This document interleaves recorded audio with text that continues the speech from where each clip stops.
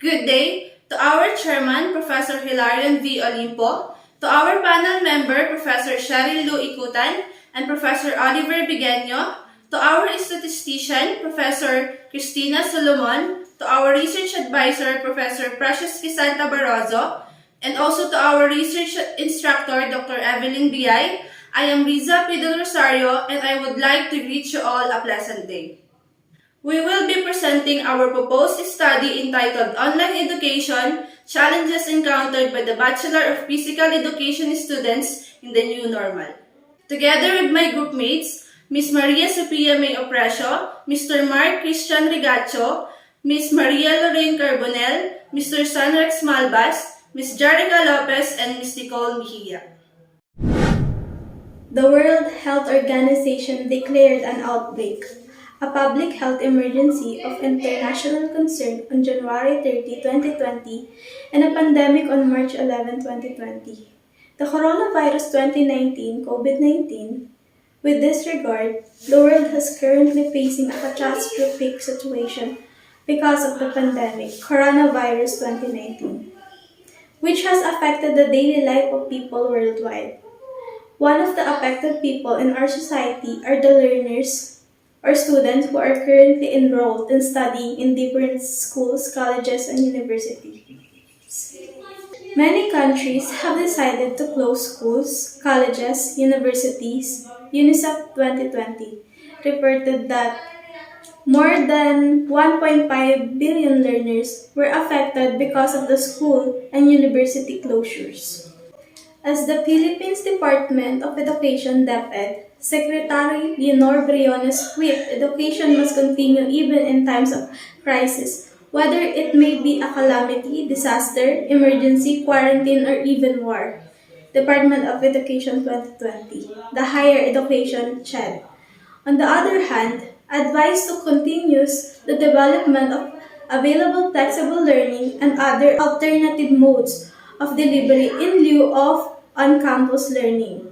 The implementation of online classes for physical education had substantial challenges for the physical education students.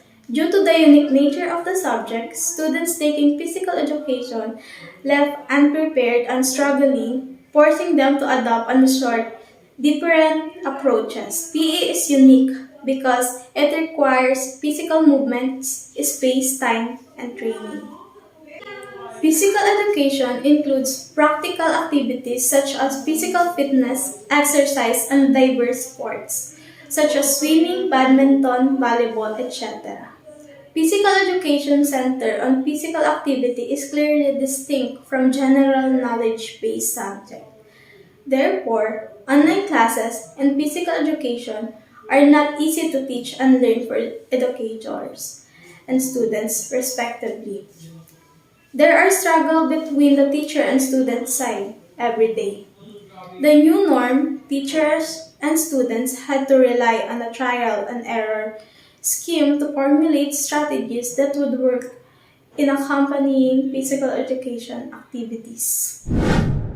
In terms of technology, Orlando and Attard stated that teaching with technology is not a one-size-fits-all approach as it depends on the types of technology in use at the time, and also the curriculum content being taught. This means that the incorporation of technology provides additional factors for consideration in terms of teaching pedagogy and construction of learning experiences. Despite this, it is often taken for granted that technologies can enhance learning, with the prevailing assumption becoming that technological incorporation, learning enhancement, and student engagement are mutually and inextricably linked. The problems with a one-size-fits-all approach are particularly highlighted in collaborative learning tasks, where individual differences between and across cohorts can be highlighted. This may be because the generalized pedagogical assumptions associated with collaborative learning tasks are often applied to the online environment, where they may be less focused on the delivery and more attention to the task or content. Therefore, during the implementation of the online education, there were challenges that were encountered by the students in the different factors that must be addressed to achieve further quality education. Independent variable. Profile of the respondents in terms of A. Age, B. Sex, C. Socio-economic. Challenges encountered by the students taking physical education as their major in terms of the following factors. A. Teacher's presence. B. Student's presence. C. Virtual class or e-learning. Dependent variable. Relationship between the challenges encountered by the BPED students along with their profile. Propose action plan to mitigate the challenges encountered by the students. The study aims to determine the challenges encountered by the Bachelor of Physical Education students in the new normal of Urdaneta City University during their online education. Specifically, the study answered the following questions. Number 1, what is the demographic profile of the respondents in terms of A. Age, B. Sex, C. Socioeconomic.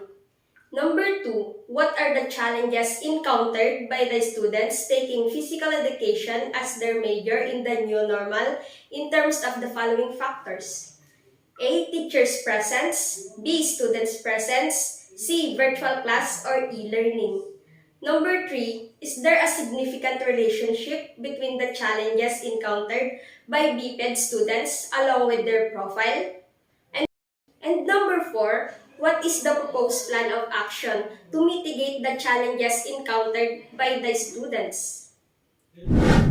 This study hypothesizes that there is no significant relationship between the challenges encountered by BPED student along with their profile.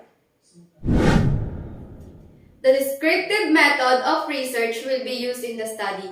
This method focuses on obtaining information concerning the current status of the phenomena and to describe what exists with respect to variables or conditions in a situation. This method is relevant to collect information necessary to distinguish the challenges encountered by BPED students in the new normal. According to Calderon 2013, descriptive research describes and interprets what it is.